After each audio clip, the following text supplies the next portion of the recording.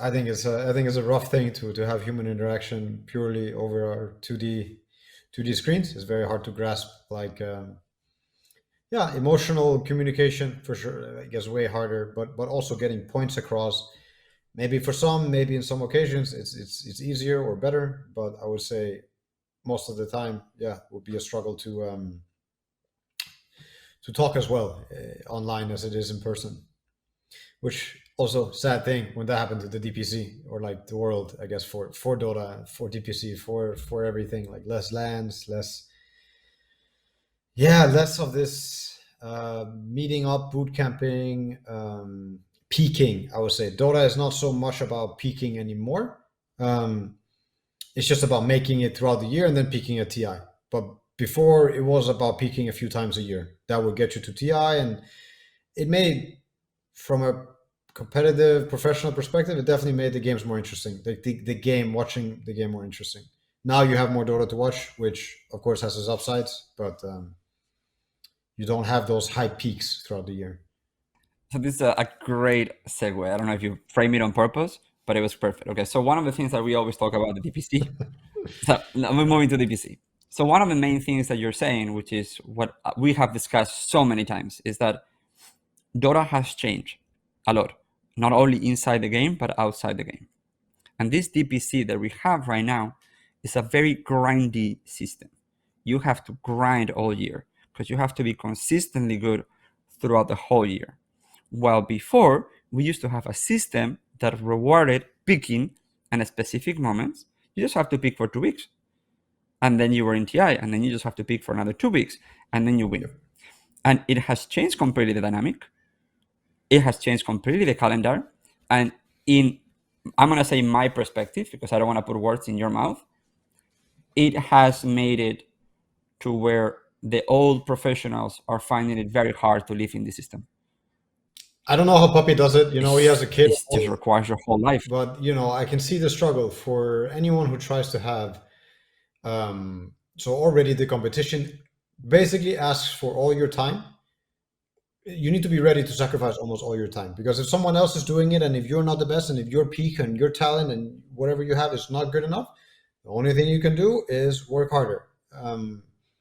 But if you're trying to plan out your 365 days and want to give something to stability, life, which can also help your competition and your peaks and your eventual TI peak, it is so hard in the system. It is so hard. People will try to peak early on, but now they made it even harder because the first major is going to give less points. But ideally, you want to secure yourself at some point. The earlier, the better, through your 365 days or before the next TI. And you want to get you want to punch your ticket, and then you want to be able to plan accordingly. If you want to, bring your A game for TI, you can do whatever you feel like you need to do. That probably does not involve playing really poorly at 2 other major tournaments or 1 or whatever, because you don't want to ruin your self-esteem. You don't want to fall behind. You want to be present. You definitely want to be at that LAN event and get better. But it might mean that you can have less pressure and be able to stabilize your week more and approach the next whatever you'd have, like the next major qualifier, radically differently. Because here you have to be ready once a week, which is kind of like an illusion that it's not just 1 day a week.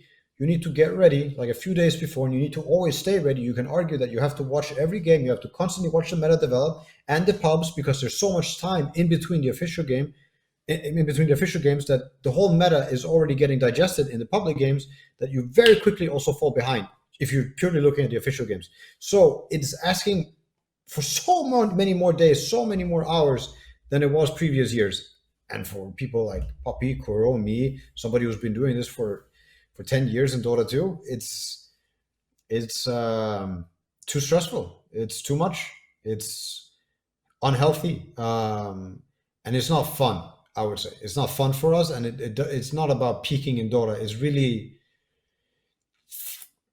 It's not about ultimate peaks. It's about peaking just enough and punching your ticket. Like, instead of having more hype, more to play for, a big tournament, a major chance to relax, a chance to spend your time more wisely, a chance to prep better for TI, so much more at stake in a way, which makes it more hype to watch, makes it more hype to prepare, makes it more hype to play.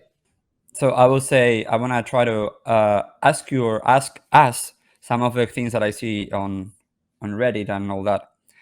They say, well, what is this so different from football players that play once a week or twice a week?